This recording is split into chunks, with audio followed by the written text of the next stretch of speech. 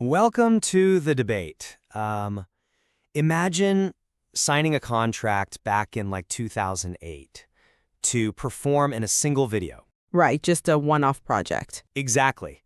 Only to discover, 15 years later, that you actually signed away the mathematical blueprint of your face forever. Today, we aren't talking about stolen property. We're talking about stolen people. And the legal system is completely unequipped to handle it. I mean, we are looking at a profound technological shift here, and we're utilizing a specific case study from our source material today: adult content creators. Yeah, they are really facing the bleeding edge of AI likeness theft. Right, they're currently serving as the canary in the AI mine, so to speak. Which brings us to the central question we're debating today. When analyzing this crisis of AI, deepfakes, and likeness cloning, is the most accurate and urgent framework to view it as a massive economic and labor violation, like essentially industrial-scale wage theft and counterfeiting? Or is it fundamentally a structural collapse of bodily autonomy and, well, the legal definition of consent itself? Right. And I maintain that the most critical, actionable lens here is economic. We are witnessing a massive scale of labor theft that just guts the financial independence of a marginalized workforce. And it does that by counterfeiting their physical labor. I come out at it from a different way, actually. The source material forces us to unpack the actual mechanics of what generative AI models do to human beings. My position is that the true crisis is the retroactive weaponization of consent. Okay, but the economic impact is the most measurable reality of this crisis, right? Treating it as such it's the only way to effectively fight back against the corporations building these models. But you're focusing on the marketplace, and the marketplace is just the scene of the crime. The foundational injury here isn't just about lost wages. It is the stripping of bodily autonomy and really the treatment of human biometric data as perpetual public property. Well, let's look at the history of this specific workforce before we dive into the abstract theory. Independent adult creators built careers on platforms specifically to bypass exploitative studios. Sure, they wanted autonomy. Right? They gained direct control over their image, their revenue, their output. It was a massive power shift from intermediaries back to the workers. But generative AI dismantles that control without ever, sitting at a negotiation table. Because it just scrapes the open web. Exactly. It ingests their legitimate performances and trains models to flood the market with free synthetic substitutes. But the public discourse around deepfakes intentionally defaults to the language of trauma and psychological harm. Which is incredibly real for the victims, to be fair. It is, but that framing completely erases the severe financial dimension. These creators are workers whose literal product is being counterfeited by automated systems at a cost close to zero. I hear that, but that gatekeeper model you just mentioned, it was physical. AI is a completely different beast. It dismantles that control by attacking the nature of consent itself. How so? Well, think about a creator who signed a contract in 2008 for a specific production. It dictated distribution rights, maybe a usage window.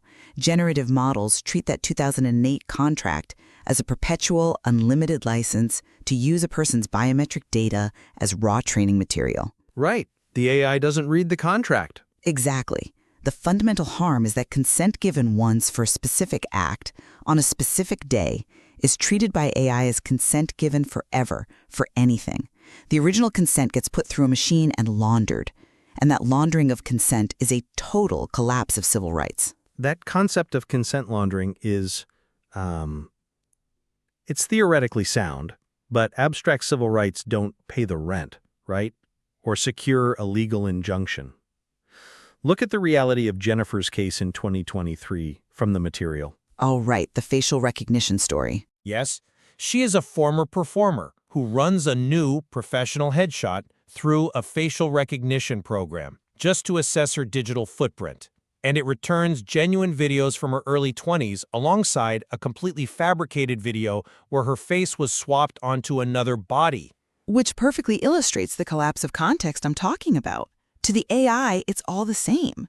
But it illustrates a labor violation. Her actual physical labor, produced years ago, was repurposed to generate competing content without her compensation.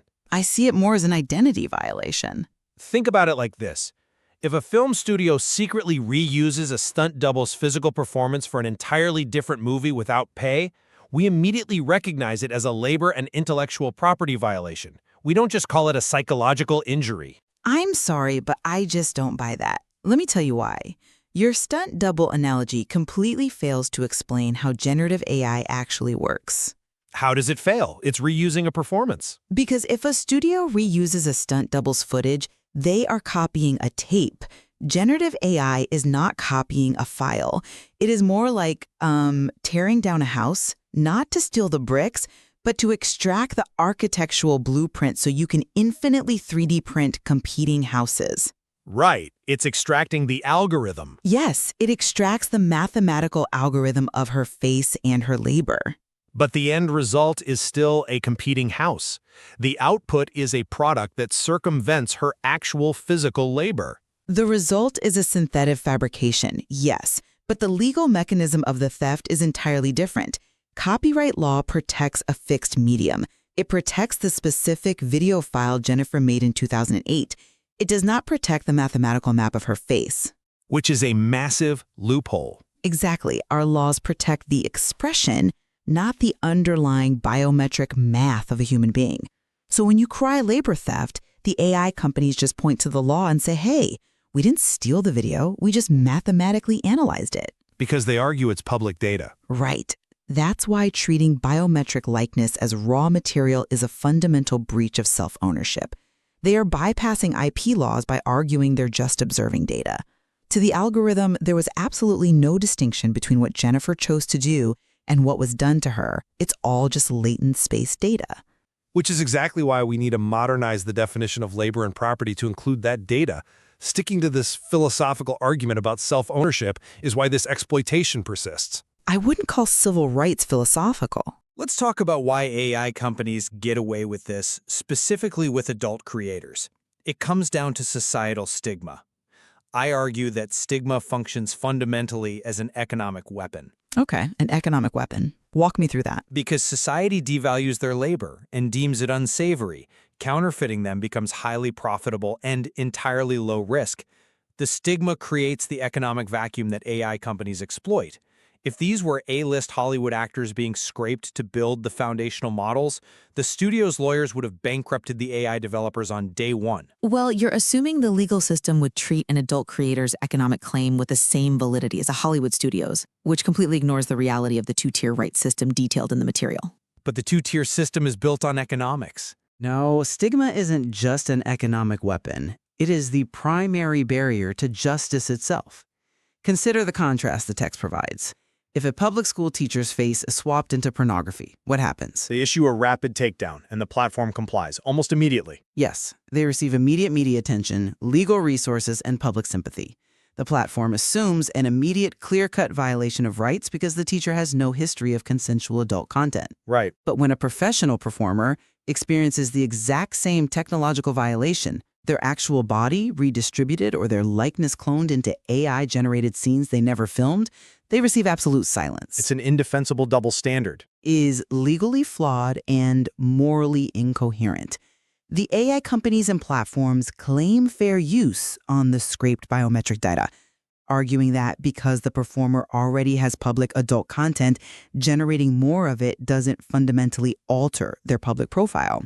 Right, they basically argue, you already do this, so what's the harm? Exactly. The implicit judgment is that people who have made consensual sexual content hold diminished rights over their own bodies in the digital sphere. And here is the true horror of it, the agonizing trap for the victims. The trap of seeking help, you mean? Yes. Seeking a legal remedy requires the victim to publicly expose their past adult work. Right, revealing the very past they might be, trying to keep private from a new employer. Exactly. Running that facial recognition tool was Jennifer trying to assess her professional exposure. To fight the deepfake, she has to publicly claim the original content, thereby inflicting the exact professional harm she fears. Yeah, it's a terrible position to be in. This agonizing trap proves the injury is deeply tied to human dignity and civil rights. The legal remedy requires the victim to inflict the harm herself. That is a failure of justice, not just a failure of a labor market. I see why you think that. But let me give you a different perspective on the institutional reality outlined in the material. I acknowledge the trap you just described is devastating. It ruins lives. It does, but police departments routinely deprioritize complaints from adult performers. Content moderation teams on platforms apply different, much slower standards when the complainant is a sex worker. Moral appeals about dignity and bodily autonomy have entirely failed this workforce. So your solution is to abandon the moral argument entirely? My solution is to use the only language the system actually listens to. If we define this as a strict property and labor rights violation, if we say, this is massive, coordinated wage theft, we force legal accountability through economic damages. I just don't think the courts are ready for that. Courts and corporations understand financial liability. They do not understand digital bodily autonomy. When moral arguments fail, economic frameworks force compliance. You pierce the corporate veil of these AI platforms by attacking their bottom line, not their conscience. You're trying to fit a 21st century technological crisis into a 20th century economic box, though. The law as it stands cannot simply be brute forced into compliance using old economic models. Why not? Wage theft is wage theft. Because the regulatory gap is far too wide. Let's look at the actual statutes. Existing laws targeting non-consensual intimate imagery, so-called revenge porn laws, they typically require prosecutors to prove the perpetrator intended to harass or humiliate a specific individual. Which makes perfect sense when an ex-partner is uploading a stolen video. Sure, but it makes absolutely no sense for automated harm when the perpetrator is a generative model trained on billions of scraped images and deployed through an anonymous pipeline. Intent becomes nearly impossible to establish. Because it's just an algorithm spitting out data. Exactly. There is no single human sitting in a room with the intent to humiliate Jennifer.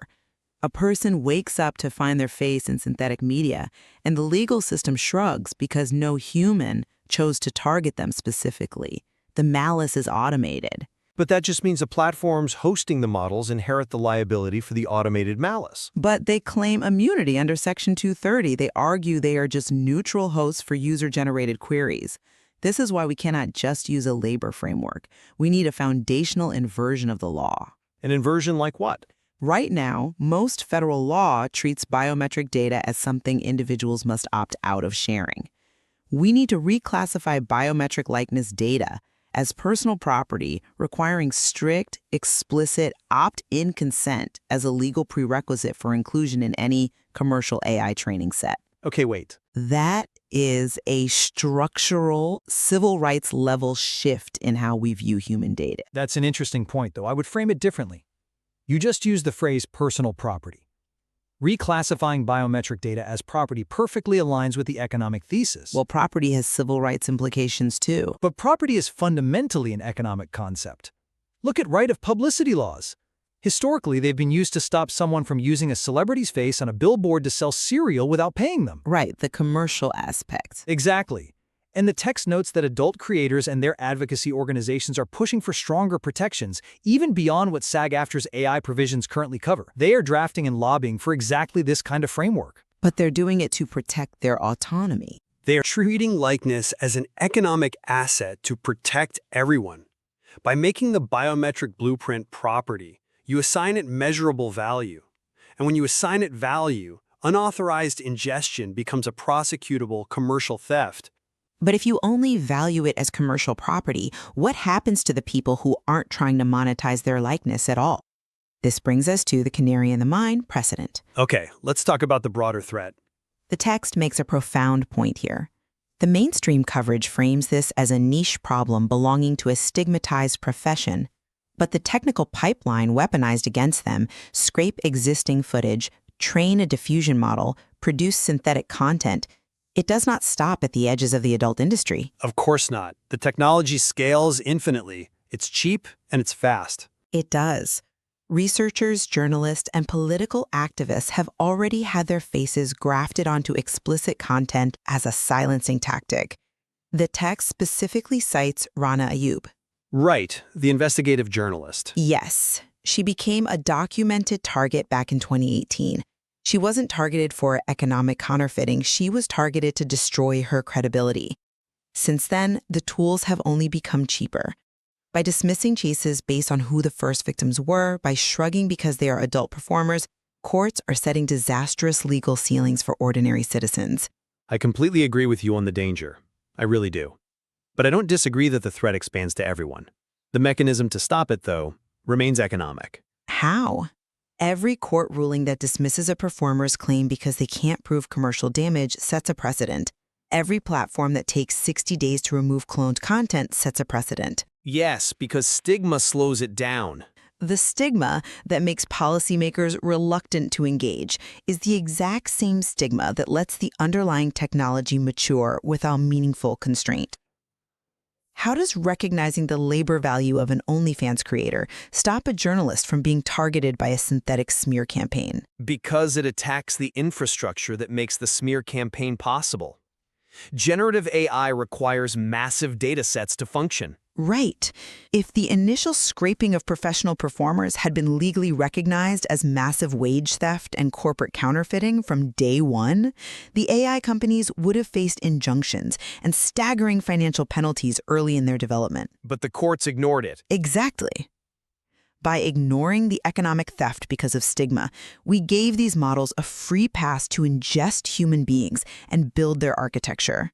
But the architecture is already built. We can't go back to 2018. Yes, but the servers still have to run, and new models are constantly training. The only way to rein in tools that are now available to anyone with a consumer graphics card is to make the unauthorized ingestion of human labor financially ruinous for the platforms hosting and training them. You want to bankrupt the platforms? If you make the commercial liability of scraping massive enough, the infrastructure collapses. The silencing campaigns against journalists go away if the tool itself is regulated out of existence through massive commercial penalties. You are arguing that the best way to protect human dignity is to put a price tag on it. But consent is not just a commodity to be priced and traded. It's a pragmatic defense. The text emphasizes that adult creators have the most complete picture of how the abuse cycle operates because they're engaged in constant forensic self-surveillance.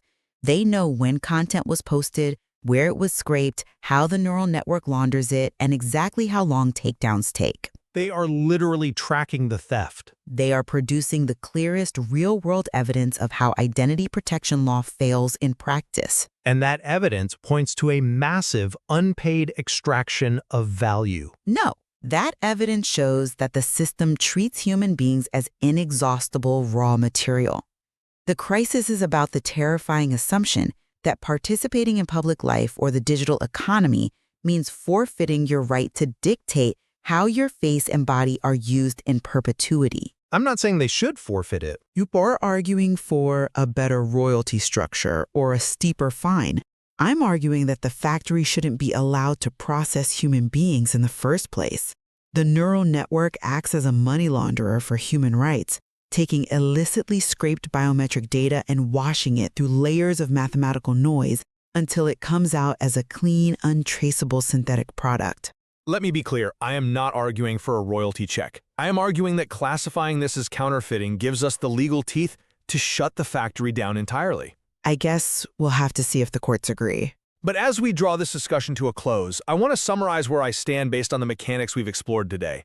I maintain that recognizing AI likeness theft primarily as counterfeiting and massive wage theft provides the most actionable framework we have. The pragmatic approach. Yes.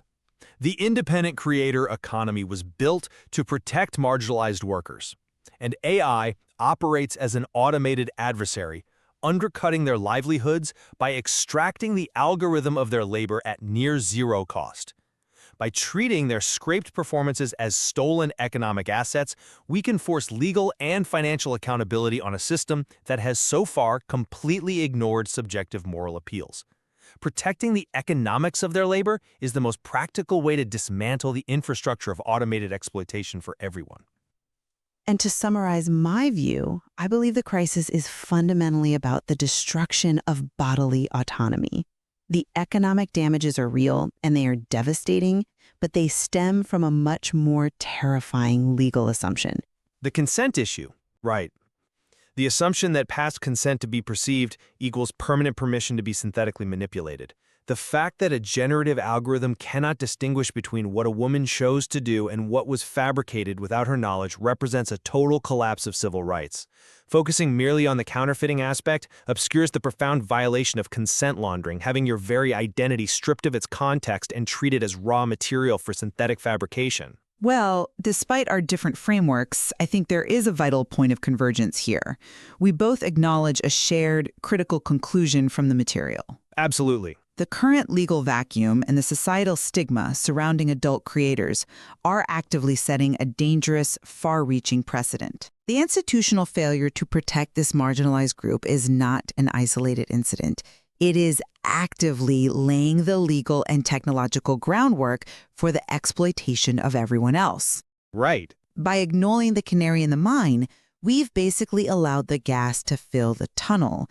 Politicians, journalists, warehouse workers, and the general public will all eventually face the consequences of the precedents being set right now in the shadows of this stigma.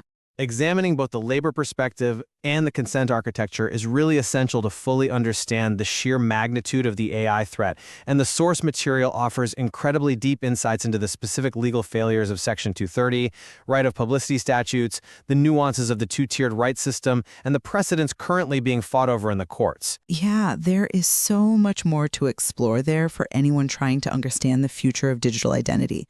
The implications go far beyond what we've been able to unpack today. We started this conversation by imagining the theft of a physical blueprint, but the reality we've uncovered in this text is far more unsettling.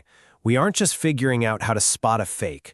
We're being forced to legally define who owns the original human being. And whether that ownership even means anything to an algorithm. We leave it to you, the listener, to consider which legal and moral framework best addresses this unprecedented technological crisis.